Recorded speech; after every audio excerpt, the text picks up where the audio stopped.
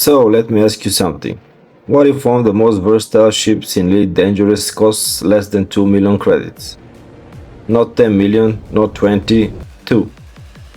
And somehow this ship can fight, trade, explore, outrun pirates, and even carry over 100 tons of cargo. Today we're flying the Cobra Mk V, the newest evolution of one of the most legendary ships lines in the galaxy. But after flying this ship for a while, I noticed something strange. These things sometimes perform better than ships that are supposed to be stronger. So today we're going to find out why. The Cobra line has always been iconic. Many commanders started their journey in the classic Cobra Mark III. Now Falcon Delias has brought the design back with the Mark V. And at first glance it looks like a simple multi-role ship, but once you actually start flying it, you realize there's more going on here. On paper the numbers already look promising. 344 armor, 235 megajoules of shields, about 294 meters per second top speed, but the real magic happens when you boost. Suddenly the ship jumps to over 415 meters per second. And with upgrades you can push close to 480 meters per second. For a small pet ship, that's fast. And in combat, that speed means one thing: control. You decide when the fight starts and, more important, when the fight ends. Now let me show what that actually looks like. The Cobra doesn't win fights by brute force. You strike the target, boost past them, flip the ship, and come back for another attack while they are still trying to turn.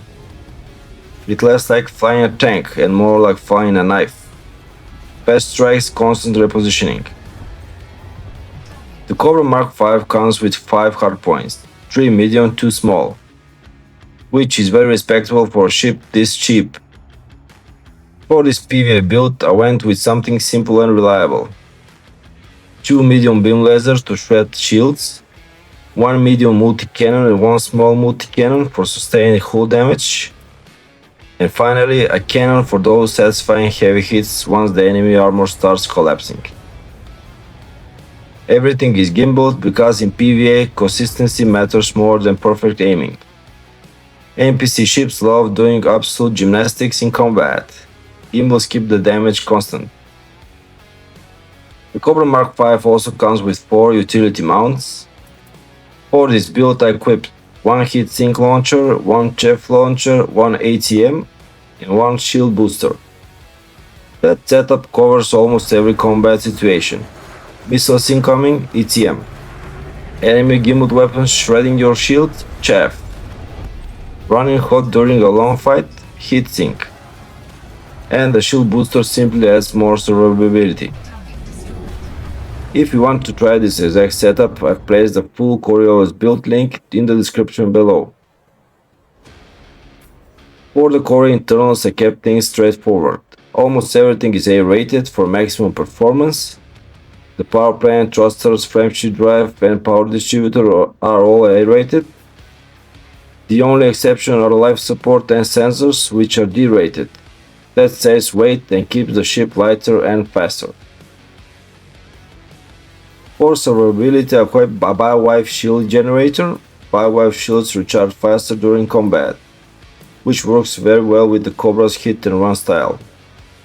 Alongside that I installed several hull reinforcement packages and module reinforcement packages, so if the shield drop, the ship can still take a few hits while you boost away and let the shields recover. Now I'm actually curious about something. How many of you started your Elite Dangerous career flying a Cobra? Let me know down in the comments. For a lot of commanders, this ship was their first real upgrade. Another thing that helps in combat is the weapon placement. There's one mounted behind the cockpit on the top center, 2 medium hardpoints underneath the wings, and 2 small hardpoints near the cockpit. What this means in practice is very solid weapon convergence. When your beams and multi-cannons fire together, most of the damage stays nicely focused on the target. But combat is only part of the Cobra story. The Cobra Mk V is a true multi-role ship. It even has a Class 5 optional slot, which is impressive for a ship this size. Cargo capacity can reach over 100 tons, which means it can almost compete with ships like the Type 6 transporter. But unlike the Type 6, the Cobra can actually fight back.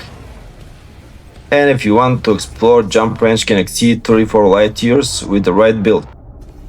So with one relatively cheap ship, you can fight, trade, explore, run missions, or just travel the galaxy.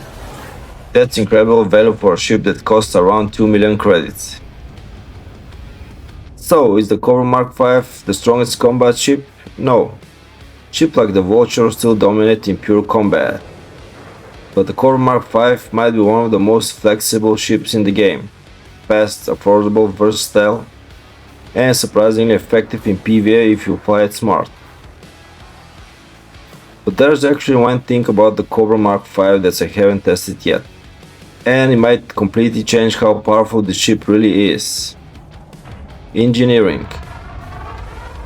I'm planning the next combat test, but I can't decide which ship to try next. Should it be the Castro Mark II or the Mamba? Drop your suggestions in the comments, and if you enjoy combat builds and ship testing in Elite Dangerous, consider subscribing. Fly Dangerous, Commanders.